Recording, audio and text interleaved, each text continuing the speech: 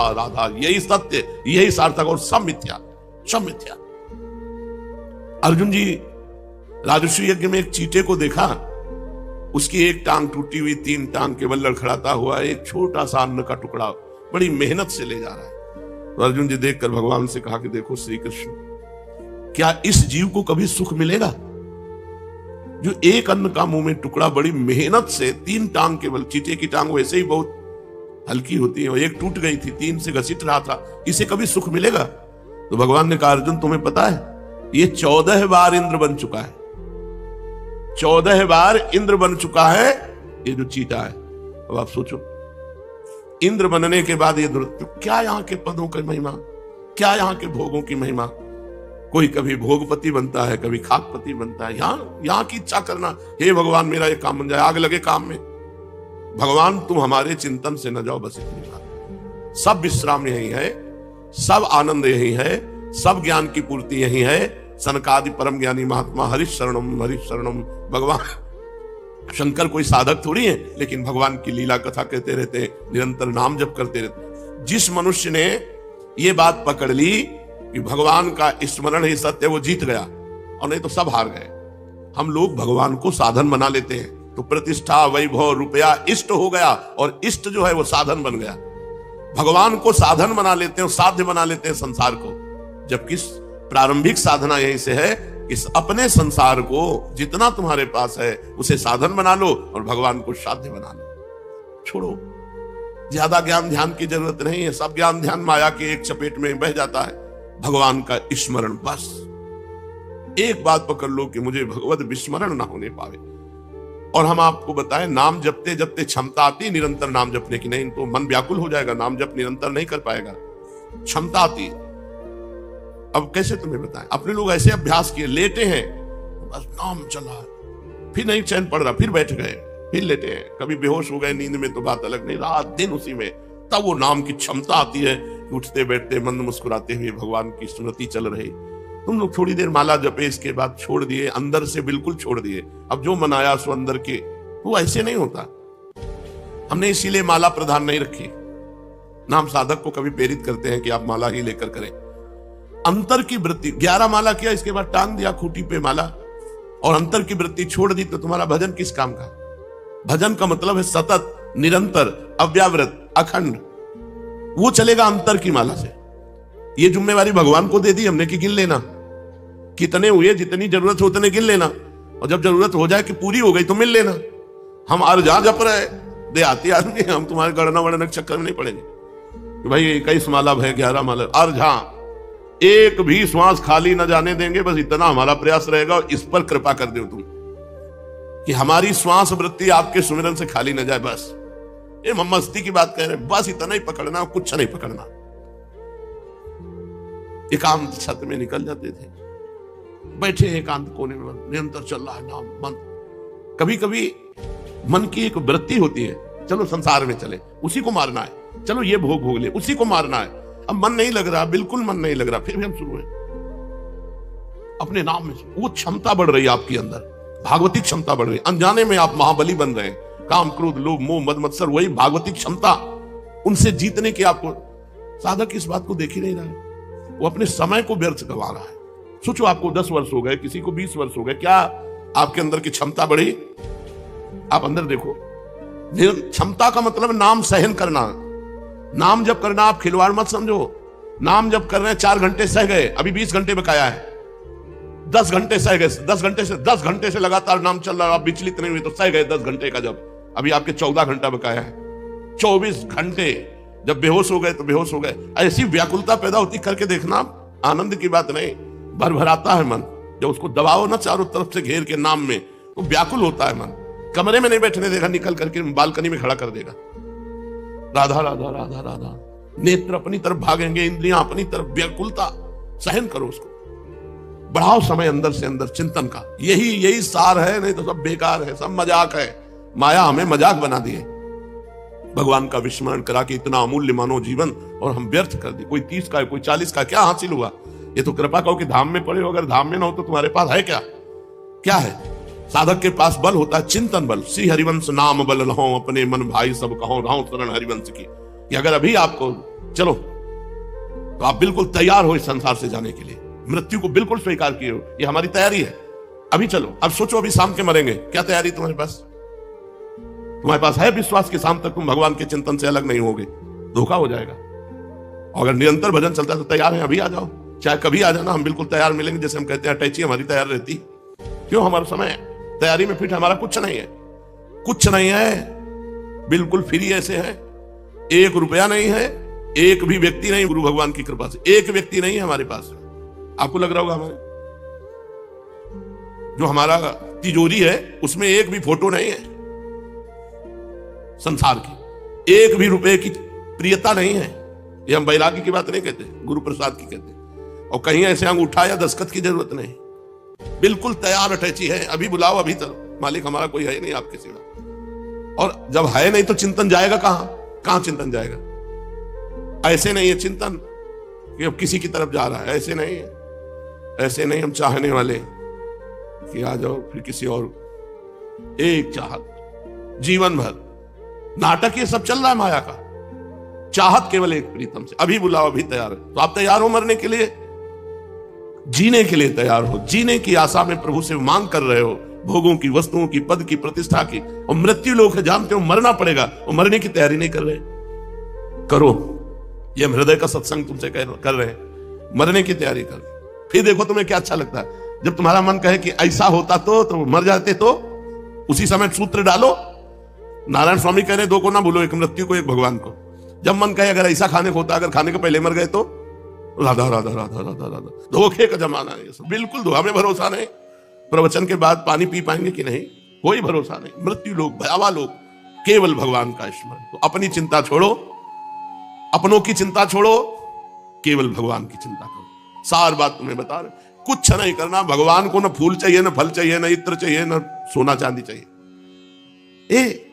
खाने हैं सोने चांदी की, सोने की खाने हैं, चांदी की खाने हैं। अरे 4 लाख योजन का एक पहाड़ केवल सोने का है। उन भगवान को किलो 2 किलो, मन 2 मन, कुंतल 2 कुंतल सोना से रिझा लोगे? जिन्होंने सोने की खान पैदा कर दी, चांदी की खान पैदा कर दी, जिन्होंने वस्तुएं, उनको केवल आप चाहिए, आप। और हम अपने को देने को तैयार नहीं, हम अपने को दे चुके माया में, और भगवान को देना चाहते हैं मायापति को माया। ये तो हम अपने भाव प्रस्तुत करते हैं प्रभु के सामने कि ये इत्र है, ये भोग है, तो वो भाव वाली वस्तु स्वीकार कर लेते हैं। देखो कल एकांतिक में बताया था, करोड़ों अरबों की व्यवस्था की थी दुर्योधन ने, ऐसे सुंदर व्यवस्थाएं भगवान के लिए कि देखकर द्वारिकाधीश मोहित हो जाएंगे। भगवान ने आंख उठा के नहीं देखा, और जब कहा भोजन के लिए तो उन्होंने कहा भूख में या प्रीति में, 2 में भोजन होता है। मेरे अंदर भूख नहीं, तेरे अंदर प्रीति नहीं, इसलिए हमारा भोजन हो ही नहीं सकता। तेरे अंदर प्रीति नहीं और मेरे अंदर भूख नहीं। वहां से कह के सीधे विदुरानी के पास जाते हो, कहते भूख लगी है, कुछ लाओ ना। वो बावरी है, उनको तो कुछ सुध नहीं है, तो केला की तरफ भगवान इशारा करते हो, केला लाती, गूदा फेंक देती है। भगवान प्रेम मगन होकर छिलका पा रहे हैं। अब विचार करो, छिलका पा करके प्रेम मगन हो रहे हैं भगवान। भगवान को वस्तु चाहिए, पत्रम पुष्पम फलम तोयम, एक चुल्लू जल में प्रसन्न हो जाने वाले भगवान हैं। ये सारी सृष्टि उनकी, अगर चुल्लू भर जल भी दे रहे हो तो उन्हीं का जल दे रहे हो, उन्हीं की सृष्टि का जल दे रहे हो। सिर्फ आपका भाव चाहिए। भाव दिए हो माया को, अपनापन किए हो माया से, वो माला चला रहे हो भगवान का। बहुत लंबा सफर है, बंद करो, कुछ करने की जरूरत नहीं, होने की जरूरत है। भगवान के हो जाओ, बस हमारा कोई नहीं। ये कोई बिरला ही कर पाएगा, कह तो रहे बिल्कुल सरल भाषा में, ये सब शास्त्रों का सार कह रहे हैं आपको। भगवान का होके भगवान का भजन करो। बिगड़ी जन्म अनेक की, अब ही सुधरे आज। कौन सी साधना हो जाएगी अभी? आज अभी जीवन मुक्त हो गए। कैसे? वही राम को, कोई हमारा नहीं, हम किसी के नहीं, हम केवल श्री भगवान के। और जितनी श्वासें बची नाम जप करें, कोई गंदे आचरण नहीं करेंगे, बस मुक्त हो गए, जीवन मुक्त हो गए। चलते हैं श्रीमद् भागवत महापुराण। आज 12 स्कंद प्रारंभ हो रहा है, जिसमें कलयुग के भगवान के जाने के बाद जो राजवंश हुए उनका वर्णन है। राजा परीक्षित ने पूछा भगवान परमहंस श्री सुखदेव जी से, यदुवंश शिरोमणि भगवान श्री कृष्ण जब अपने परम धाम पधार गए तब पृथ्वी पर किस वंश का राज्य हुआ तथा अब किसका राज्य होगा? आप कृपा करके मुझे ये बतलाइए। परमहंस श्री सुखदेव जी महाराज ने कहा, प्रिय परीक्षित, मैंने तुम्हें 9वें स्कंद में बात बतलाई थी कि जरासंध के पिता बृहद्रथ के वंश में अंतिम राजा होगा पुरंजय, रिपुरंजय जिसका नाम कहा गया, उसके मंत्री का नाम होगा शुनक। वो अपने स्वामी को मार डालेगा और अपने पुत्र प्रद्योत को राज सिंहासन पर अभिषिक्त करेगा। प्रद्योत का पुत्र होगा पालक, पालक का विशाखयूप, विशाखयूप का राजक, और राजक का पुत्र होगा नंदिवर्धन। प्रद्योत वंश में यही 5 नरपति होंगे। इनकी संज्ञा होगी प्रद्योतन। ये 148 वर्ष तक पृथ्वी का उपभोग करेंगे भगवान के जाने के बाद। ये 5 राजा हुए। इसके पश्चात शिशुनाग नाम का राजा होगा। शिशुनाग का काकवर्ण, उसका क्षेमधर्मा, क्षेमधर्मा का पुत्र होगा क्षेत्रज्ञ, क्षेत्रज्ञ का विदिशार, उसका अजात शत्रु, फिर दर्भक, और दर्भक का पुत्र होगा अजय। अजय से नंदिवर्धन और उससे महानंदी का जन्म होगा। शिशुनाग वंश में 10 राजा होंगे। ये सब मिलकर कलयुग में 360 वर्ष तक पृथ्वी का राज्य करेंगे। 5 राजा 148 वर्ष तक और ये 10 राजा 360 वर्ष तक। प्रिय परीक्षित, फिर महानंदी की शूद्रा पत्नी के गर्भ से नंद नामक पुत्र होगा। वो बड़ा बलवान होगा। महानंदी महापद्म नामक निधि का अधिपति होगा, इसलिए उसे महापद्म भी कहेंगे।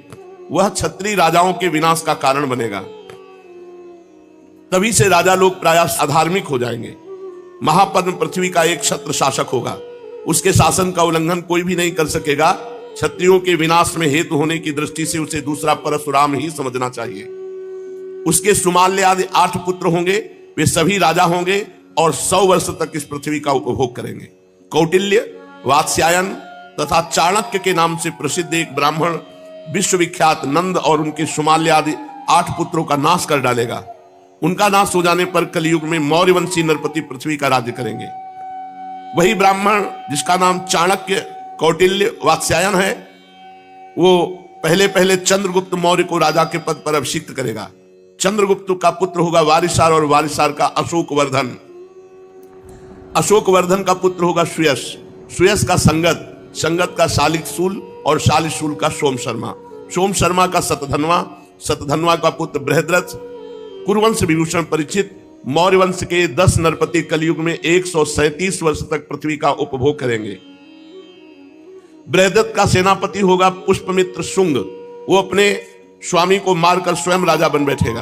पुष्पमित्र का अग्निमित्र और अग्निमित्र का सुज्येष्ठ होगा। सुज्येष्ठ का वसुमित्र, वसुमित्र का भद्रक, भद्रक का पुलिंद, पुलिंद का घोष और घोष का पुत्र होगा वज्रमित्र।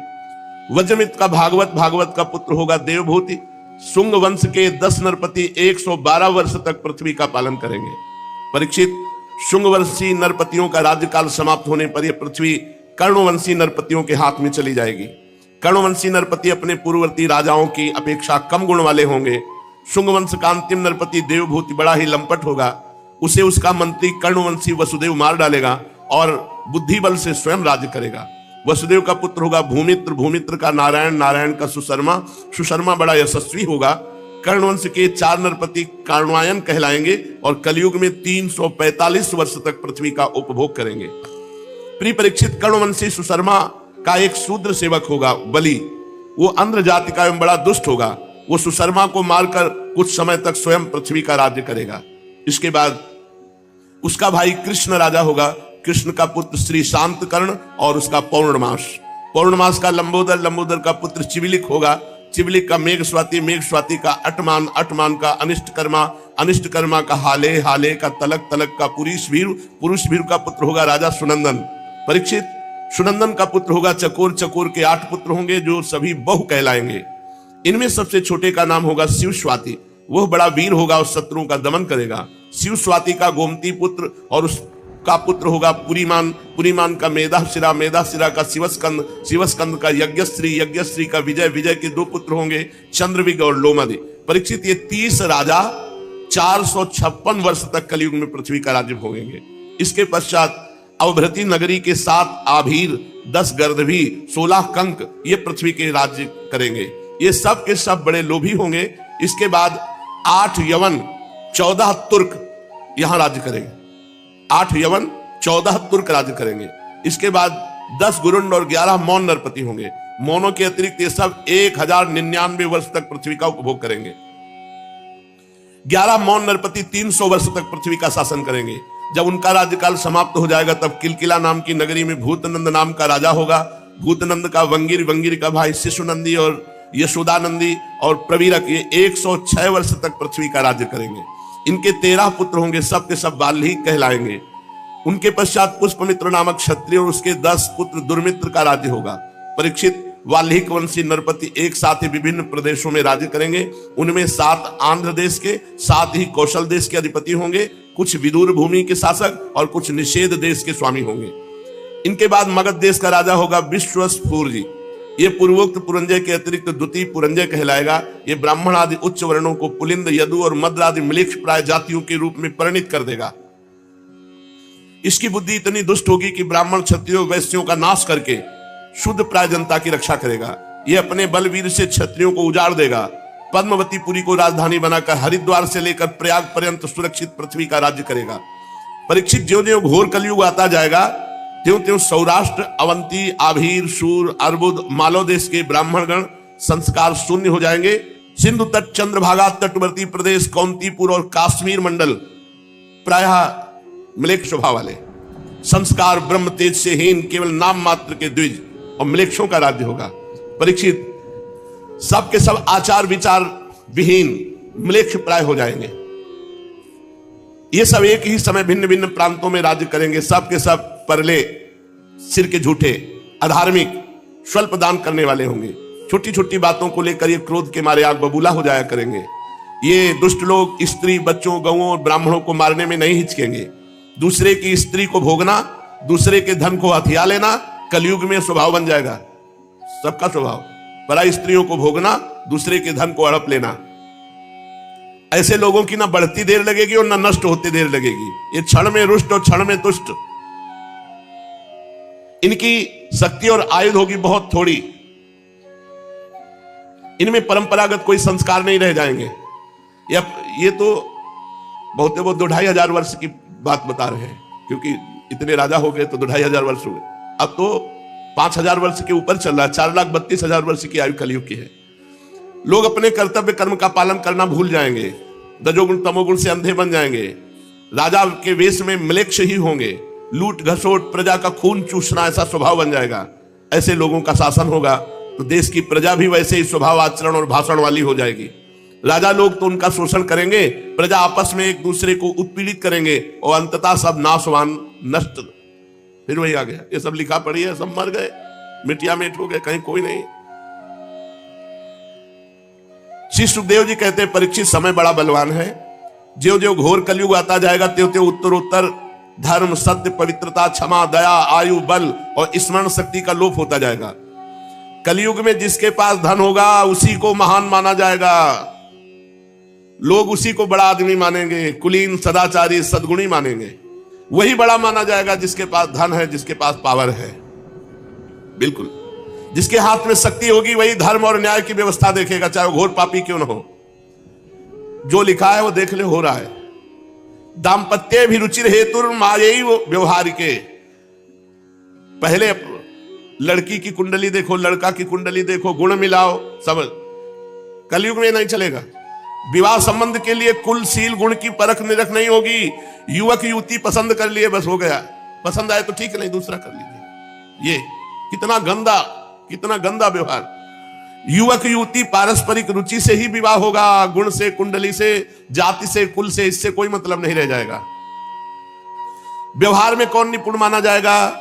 जो जितना झूठ और बेईमानी कर ले, जितना गंदा व्यवहार कर ले, उतने व्यवहार में निपुण माना जाए वाले बड़े प्रवीण हैं। लाखों की जो चपत लगा दे दूसरे की, वही प्रवीण माना जाएगा। कलयुग में किसी के जीवन में सच्चाई और ईमानदारी नहीं रहेगी।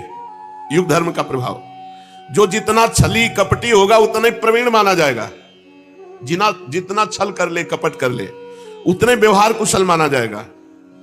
स्त्री पुरुष की श्रेष्ठता उसके गुण संयम से नहीं, उसके चरित्र से नहीं, उसकी दुष्टता से होगी। जितना दुष्ट स्वभाव, जितना नीच, जितना वो उतना ही महान। कलयुग में कोई ब्राह्मणत्व से युक्त नहीं रहेगा। कलयुग का प्रभाव अभी तो भगवान की कृपा से है, क्योंकि अभी 5 वर्ष से 4,32,000, पहले 32,000 तो पार हुए। न यज्ञ उपवीत, न त्रिकाल संध्या, कोई मतलब नहीं है, कोई मतलब नहीं। ब्राह्मणत्व से कोई मतलब नहीं रह गया है। त्रिकाल संध्या, गायत्री जप, नियम संयम, कोई मनमानी आचरण। अब तो यज्ञोपवीत भले ब्याह के समय डाल लेते हो तो डाल लेते हो, नहीं तो ब्याह क्या होता है? जब girlfriend boyfriend live in relation, तो पंडित की जरूरत क्या है? ब्याह की जरूरत क्या है? दंड कमंडल से सन्यासी की पहचान,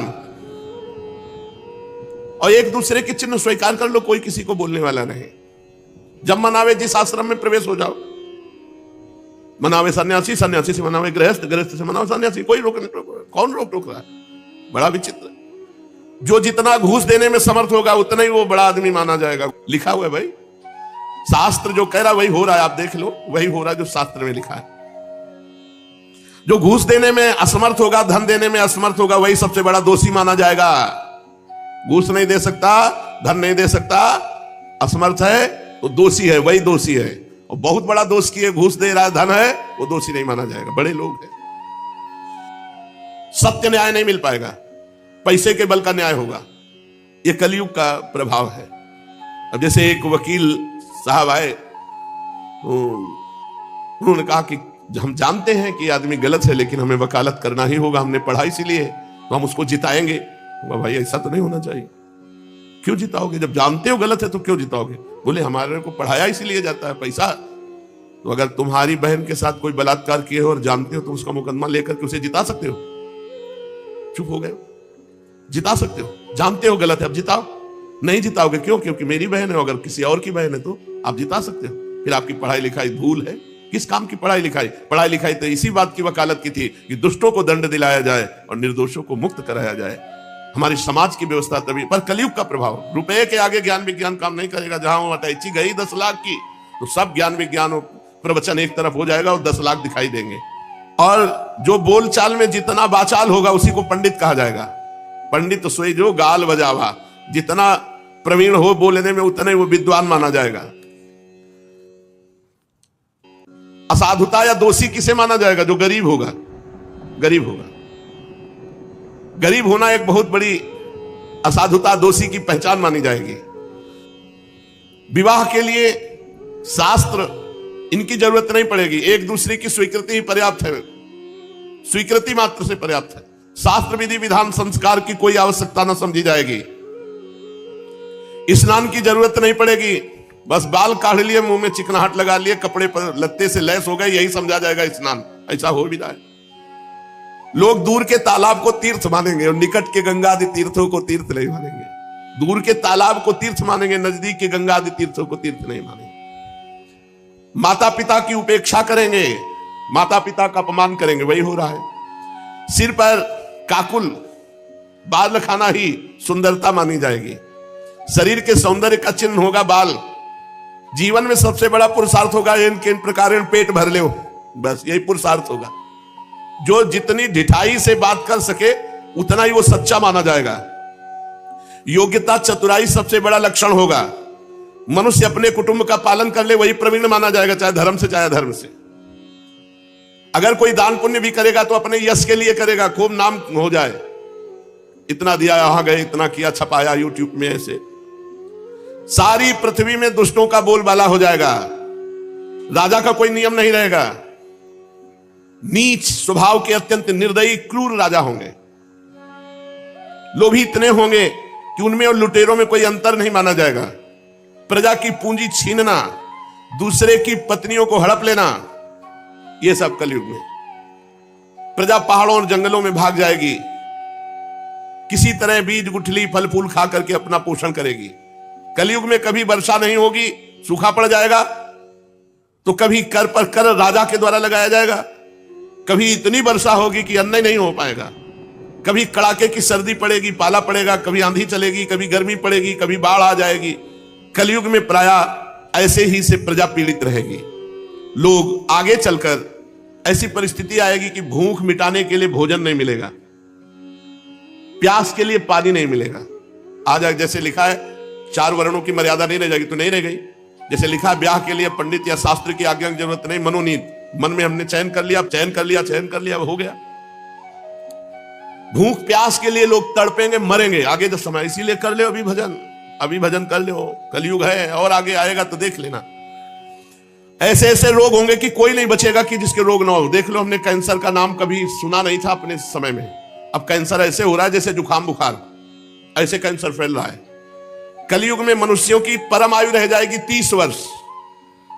10 वर्ष में जवान और 20 वर्ष में बुढ़ापा और 30 वर्ष में ढनंग गए।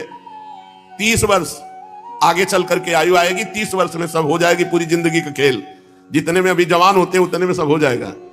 परीक्षित, कलिकाल के प्रभाव से मनुष्यों के शरीर छोटे छोटे होने लगे। साइज कम होता जा रहा है, देखो कहां साइज बढ़ रहा है। अब इतने बड़े बहुत इतने बड़े हो गए। अब ऐसा तो नहीं कि लंबे चौड़े, शरीर छोटे छोटे क्षीण रोगग्रस्त होंगे। कोई वेद की आज्ञा नहीं मानेगा, वर्ण आश्रम सब कोई वेद की आज्ञा नहीं मानेगा। पाखंड बढ़ता जाएगा। राजा लोग होंगे लुटेरों के समान, गौएं बकरियों के समान हो जाएंगी। वो आई थी ना गाय, गोद में लेके आए थे, देख लो जो लिखा है। तो हम कहा बच्चे हैं, बोले नहीं दूध देते हैं, इनके बच्चे हैं। ऐसे गोद में लिए थे, छोटी छोटी गौएं हो जाएंगी बकरियों की तरह और कम दूध देने वाली बन जाएंगी। वानप्रस्थी और सन्यासी ये विरक्त आश्रम वाले घर गृहस्थी की तरह। तपसी धनवंत दरिद्र ग्रही, कली कौतुक तात जात कहे। जिनसे वैवाहिक संबंध है उन्हीं को अपना संबंधी माना जाएगा। धान जौ गेहूं ये छोटे छोटे पौधे होंगे और रसहीन होने लगेंगे। जैसे अब खाद पड़ती है, अब कहां पावर रह गया। पहले की रोटी जो खाई है गाय के गोबर में पैदा हुई, वो स्वाद अब इन रोटियों में थोड़ी रह गया। ऐसे ही पाते चले जाओ, ऐसा गेहूं में स्वाद था। वृक्षों में जो रसाल फल देने वाले वृक्ष हैं सब सूख जाएंगे, सूख गए। बगीचे के बगीचे सूख गए। एक एक गाड़ी आम, सुबह जाओ बिछा पड़ा हुआ है आम। अलग अलग स्वाद के आम थे, हिंगुहा ये वो, बड़े बड़े वृक्ष आम होते, बड़े बड़े वृक्षों के। मतलब जितनी बड़ी राधा केली कुंज जितना बड़ा एक वृक्ष होता। ऐसे फैली डाले और जब सुबह जाओ तो बिछा हुआ आम पड़ा है, बाल्टी में डाल के बैठ जाओ, 2-4 किलो तो ऐसे ही पा जाओ। आम फिरी बुला के पवाया जाता था। जिसके बगीचे होते थे खूब, वो सब सूख गए। अब इतने बुदे हैं, इतने बड़े फल हैं, पता नहीं कौन। देखो कलयुग का प्रभाव, इतना बड़ा पेड़ है, वो डाले संभालने लायक है नहीं, इतना बड़ा फल है। ऐसा वर्ण संकर पैदा हो रहे, फल फूल मनुष्य। अधिकांश रसाल वृक्ष सूख जाएंगे, छोटे छोटे कटीली झाड़ियां और ऐसे वृक्ष रह जाएंगे। कुछ समय बाद समय आएगा कि आकाश में बादल और बिजली तो दिखाई देगी, बूंद पानी नहीं गिरेगा। कर लो भजन जल्दी जल्दी, निकुंज चलते हैं। गृहस्थों के घर अतिथि सत्कार नहीं होगा। पहले लिखा होता था अतिथि देवो भव, अब लिखा होता कुत्ते से सावधान। कलयुग का प्रभाव। दरवाजे पे तुलसी का पौधा, गाय बंधी है पवित्र, अब दरवाजे पे कुत्ता बंधा हुआ है। आजकल दरवाजे पे कुत्ता रखे जाते हैं, गेट के अंदर रस्सी बांध करके सुरक्षा के लिए। पहले लिखा अतिथि देवो भव घरों में, अब लिखा होता कुत्ते से सावधान। हाँ, जनसंख्या अभी बढ़ रही फिर घटेगी।